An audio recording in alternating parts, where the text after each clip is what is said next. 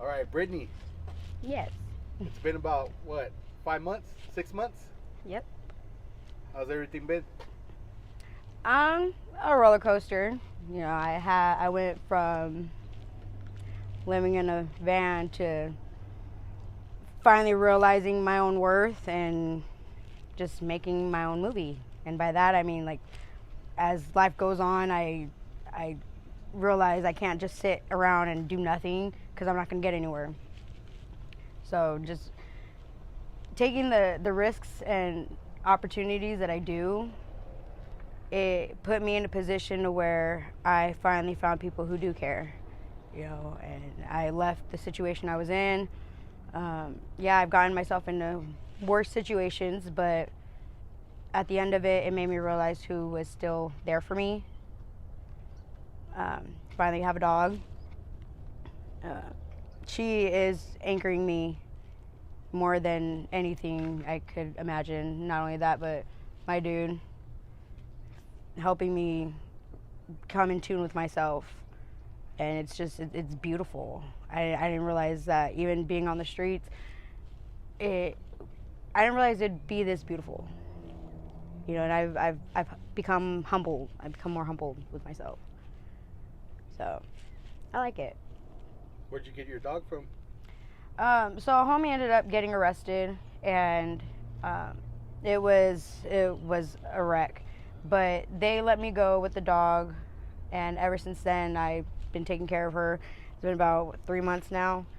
But I always told people who said that they were looking for me that if he wanted his dog back, he's more than welcome to get his dog back. Like, at the end of the day, it's his dog. Like, he paid for her.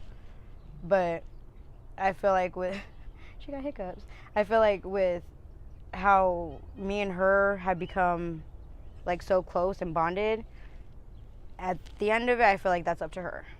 Yeah. Because she chooses her family. So what happened since the last interview? Ooh, I honestly, I've almost gotten out. Um, I've gotten beat by multiple men. And that's when my knight in shining armor came in. And he was the promise that nobody can ever fulfill. He's a rarity. And I think I'm going to hold on to that. Did you get any people reaching out to you? I did, and it has helped me a lot. So thank you, all of you who have sent me some money. I can't be even more grateful enough. So thank you. I'm still currently in the situation though, on the streets, but I just take it one day at a time. Oh, of course, right? of course. Okay, yeah. At the end of the day, she comes first. So if I can get a roof over her head, get her out of the cold, then that's definitely something I'm gonna do. You told me that some family members seen your interview. Yeah. When they told me about it, it broke my heart. I knew it was gonna happen eventually, but hearing how they thought of it, it hurt and made me want to change something. Yeah. And I did. I didn't know what it was, but I did, and I'm grateful that I did. That's good. So where are you staying at now? Do you have a car still? No, actually, right now we do have a roof over our head, Okay. but it's not always permanent. My dude makes sure that we aren't in the cold. So That's good. I'm happy for him. I'm grateful for him. She's spoiled though. I love that dog. Have you been looking for any type of work or anything? Yes, I have. I've been, because I know with the not having a car, not having a permanent living situation, I do look more into remote jobs, whether it be accounting, bookkeeping, anything like that, anything with numbers. I always look into. It's just a matter of having something and keeping it, and it not being stolen. I had my laptop stolen, and that kind of set me back as far as working wise. I had my phone stolen.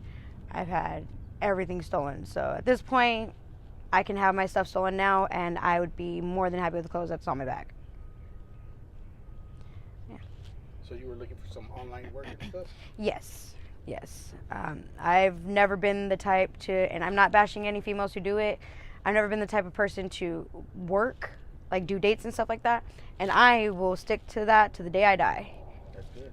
And a lot of people, I think that's what makes people want to try to get me, if you know what I mean. Like that's the one thing my mom always feared, and I hope she knows that no matter what, if I have to die trying, fighting to make sure that doesn't happen, then I will. I'm not gonna lose myself morally and physically, emotionally, mentally, just because of that. So. What are your goals right now? Right now, my goals are taking it one day at a time, making sure she's safe, healthy, alive, has everything she needs. But I also have to remember I have to think about myself too.